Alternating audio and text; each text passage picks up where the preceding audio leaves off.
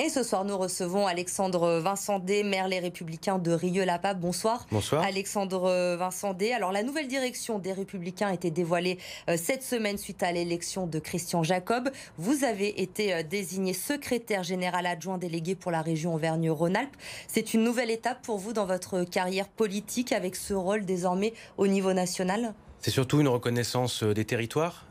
Christian Jacob a voulu, pendant la campagne et après l'élection, mettre en place une direction paritaire avec un parti qui se déparisianise.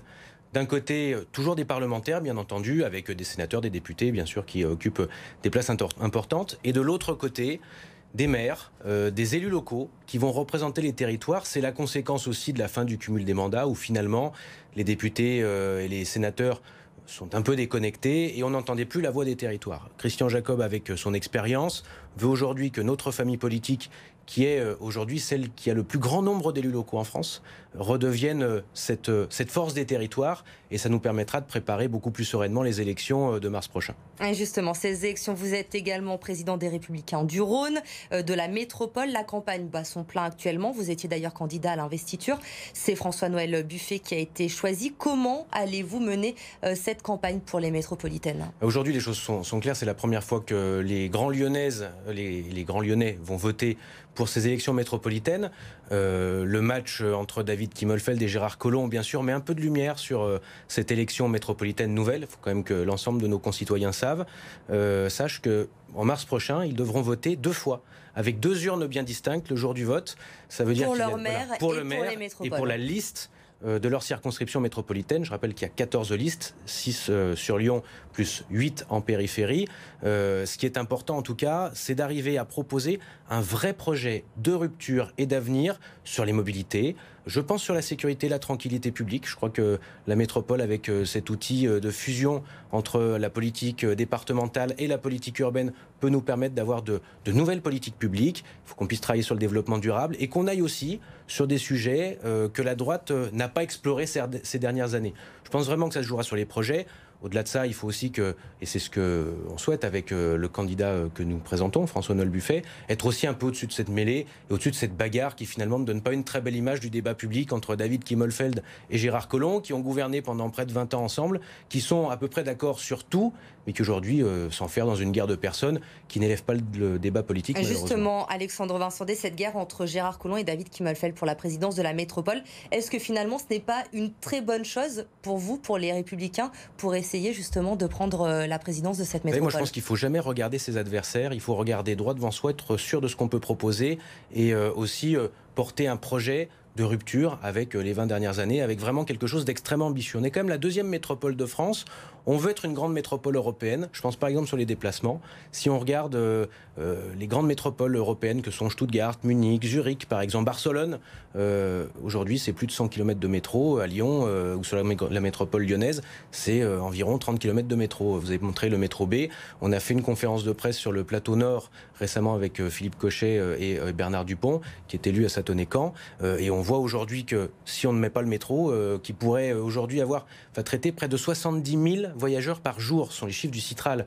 On pourrait désengorger complètement le plateau Nord et en plus le lier avec le bus à haut niveau de service qui va pouvoir permettre de désenclaver aussi le Val-de-Saône. Donc il y a des vrais sujets importants à porter lors de cette campagne. On va y revenir justement sur ces projets de transport en commun.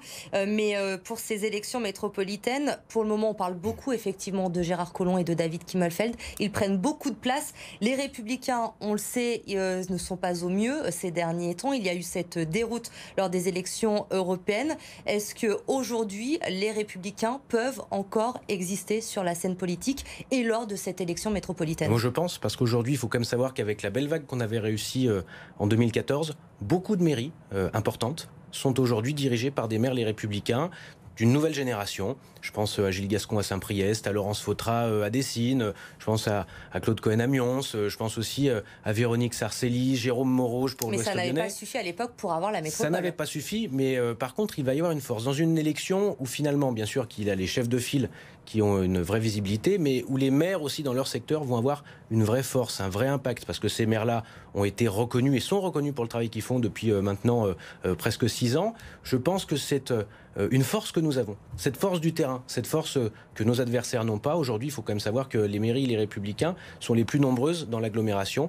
il y a une vraie chance. Moi, je pense qu'il faut vraiment s'appuyer sur l'expertise des maires, sur leur talent, sur les nouvelles solutions qu'on a mis en place dans nos communes, que ce soit sur le développement durable, sur la gestion financière, sur les mobilités, sur les politiques sociales, sur les politiques familiales. On a beaucoup de choses à explorer, beaucoup de choses à innover. Et je pense que vraiment, avec ces nouveaux visages aussi, cette implantation locale, ce mixte entre élus chevronnés et élus d'une nouvelle génération, je pense qu'on peut avoir vraiment quelque chose, excusez-moi le terme, mais qui a un peu de gueule et qui sortent un peu de l'ordinaire. En tout cas, c'est ce qu'on va proposer dans les mois qui viennent. Le débat va vraiment s'ouvrir à partir de janvier. Aujourd'hui, tout le monde fait chauffer les moteurs. On continue à travailler sur les projets. On a encore les têtes de liste à caler. Ça sera présenté par François-Noël Buffet dans les semaines qui viennent. En tout cas, ce qui est sûr, c'est qu'on va fortement se mobiliser parce qu'il en va de l'avenir de nos territoires. Et on va parler du concret, justement, avec vous, Alexandre Vincendé, du terrain également. On l'expliquait tout à l'heure, ce besoin pour les territoires d'avoir des transports en commun. Vous, sur le plateau Nord-Val de Saône, vous le disiez, vous militez pour le prolongement du métro B et du métro C. Vous en avez parlé d'ailleurs cette semaine. La région, elle a annoncé la mise en place d'un bus pour allier Trévoux à la Part-Dieu en moins d'1 heure. Mais pour vous, il faut absolument que le métro arrive jusqu'au plateau Nord Val de Saône. C'est assez important, c'est pour ça qu'on s'est exprimé avec mon collègue et ami Philippe Cochet, qui est élu du plateau Nord, avec Bernard Dupont, qui est premier adjoint au maire de Sathonay. On a réussi, bien sûr, à faire évoluer sur cette mandature la gare de Sathonay-Rieux et l'ouvrir côté Rieux. On a réussi à avoir deux passages supplémentaires sur la gare de Crépieux. Donc ça permet de désenclaver un petit peu. On a commencé à mettre en place aussi un plan vélo avec l'arrivée du Vélov sur le plateau Nord, et notamment à Rieux. Le parc urbain de Rieux qui a été primé récemment pour traverser de part en part le plateau Nord en mode doux. Mais c'est pas suffisant. Le BHNS, en fait, va permettre de désenclaver un petit peu le Val de Saône, d'améliorer les choses.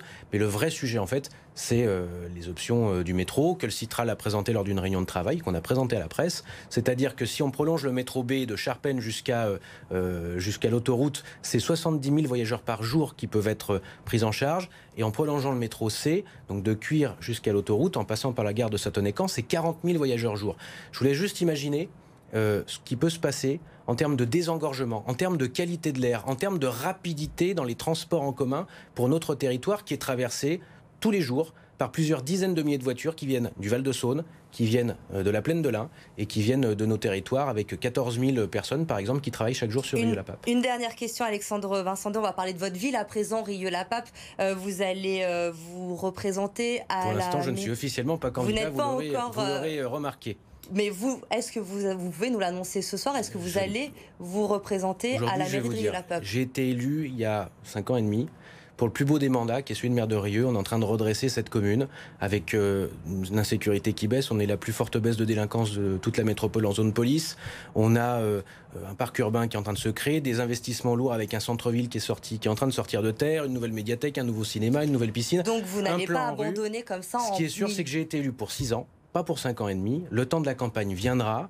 Je dirai quelles sont mes intentions le moment venu. Aujourd'hui, il y a encore beaucoup de travail. En fin d'année, on va signer avec la métropole le développement enfin de la zone d'activité Ostérode, qui va être le plus grand plan d'aménagement de zone économique. On l'a vu, vous avez beaucoup de projets en cours. Vous n'allez pas les faire en 6 mois, donc vous allez très certainement... Pour l'instant, il faut d'abord finir le travail. Et une fois qu'on aura fini le travail, le maire que je suis prendra sa décision, l'annoncera à la population. Aujourd'hui, il est beaucoup trop tôt. Il y a du travail au minimum jusqu'au mois de décembre. Donc pour l'instant, on reste focus sur le travail à réaliser, porter les dossiers jusqu'au bout. On a ce fabuleux dossier en rue de 280 millions d'euros qui est le plus gros plan de rénovation urbaine qui ait jamais existé sur la métropole à porter. C'est le changement de visage de Rieux, c'est le retour de la mixité sociale, c'est des nouvelles écoles qui vont arriver dans des quartiers qui sont parmi les plus pauvres de la métropole. C'est un de mes combats pour justement remettre de la mixité, redonner de l'égalité des chances, travailler sur l'éducation, travailler sur le désenclavement de nos quartiers. Je veux que cette ville réussisse. En tout cas, j'y mets tout mon cœur et toute mon énergie depuis 6 ans.